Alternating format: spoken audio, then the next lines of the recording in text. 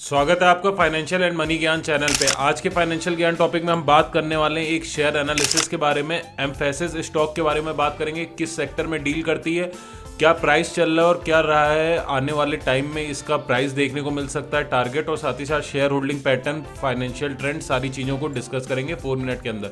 तो चलिए वीडियो को स्टार्ट करते हैं।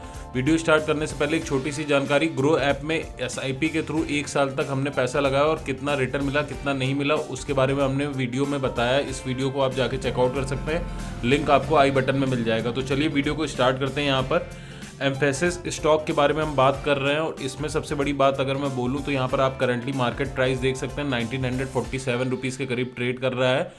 इस स्टॉक के बारे में समझते हैं। IT कंपनी से रिलेटेड स्टॉक है जो कि मेजरली डील करता है क्लाउड कंप्यूटिंग में, ब्लॉकचेन टेक्नोलॉजी, जितने भी IT के सॉल्यूशंस होते हैं उन चीज़ों पे ये वर्कआउट करता है। और IT इंडस्ट्री लगातार आने वाले पिछले कुछ टाइम से और आने वाले फ्यूचर में भी बूम पे है और बूम पे रहेगी भी। अब इसके बात कर लेते हैं 52 वीक लो और हाई की। तो 1660 रुपीज़ तक का 52 वीक लो बनाया, 52 वीक हाई की बात करें तो 2700 रुपये तक का हाई बनाया है।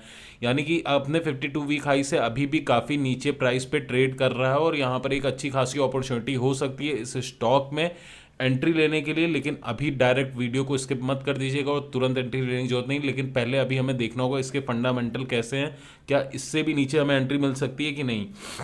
तो यहाँ पर मैं बात करूंगा कंपनी के PE की, तो वो है 22.40। सेक्टर PE की अगर हम बात करते हैं 28.56 है, तो ये कंपैरेटिवली लो है सेक्टर PE के अकॉर्डिंग। तो ये काफ़ी अच्छी बात है कंपनी के लिए। साथ ही साथ अगर मैं बात करूं यहाँ पर PB रेशियो की, तो वो भी आप देख सकते हैं कि कितना निकल के आ रहा है। डिविडेंड यील्ड की बात करूं तो 2.57, यानी कि डिविडेंड भी देती है कंपनी। मार्केट कैप की हम बात करें तो 36,696 करोड़ का मार्केट कैप है कंपनी का यहाँ पर।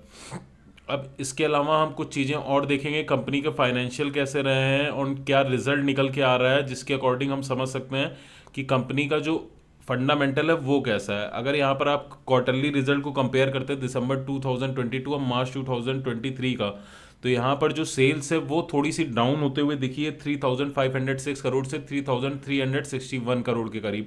और इसी की वजह से नेट प्रॉफिट भी कंपनी का कम होते हुए देखने को मिल रहा है।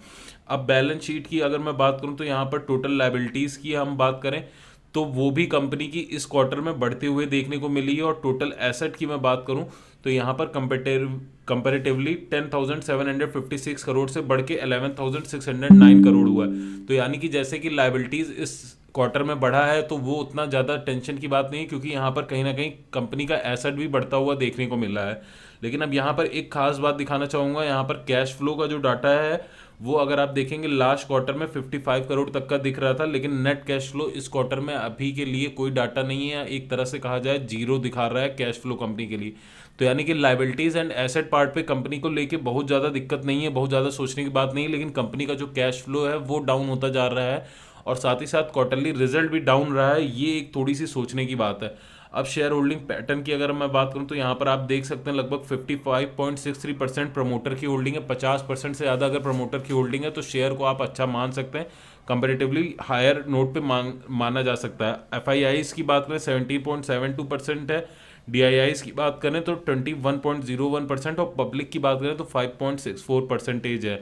तो अब यहाँ पर स्टॉक में अगर हम बात करें, चाहे वो PE हो, चाहे PB रेशियो हो, चाहे प्राइस हो 52 वीक के कंपैरिजन में हो, चाहे वो शेयर होल्डिंग पैटर्न हो, सारी चीज़ें एक पॉजिटिव नोट पे इंडिकेट कर रही हैं। और जिस सेक्टर में कंपनी डील कर रही है वो भी एक अच्छा है और कंपनी के पास कई सारे प्रोजेक्ट है जिसपे साइमल्टेनियसली कंपनी वर्क कर रही है।